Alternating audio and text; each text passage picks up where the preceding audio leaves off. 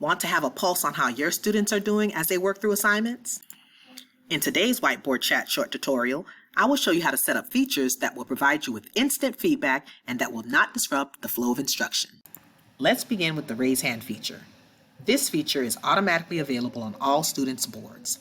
By selecting it, students have several options that they can choose from to signal the teacher. Here we have a side-by-side view of the instructor's board on the left and the student's board on the right. Notice how that as students select an option, a message appears on the instructor's board, alerting the teacher that the student needs help or needs to step away.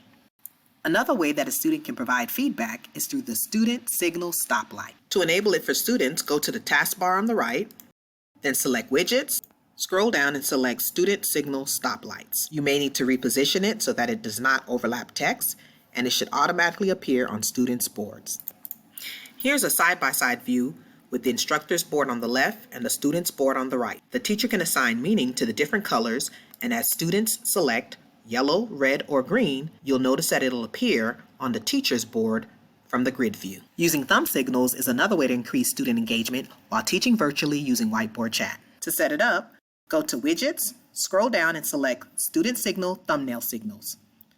Once you have it positioned where you like it, it will automatically show up on students' boards. Here's another side-by-side view, and as students click the image, it changes from thumbs up, down, and even undecided.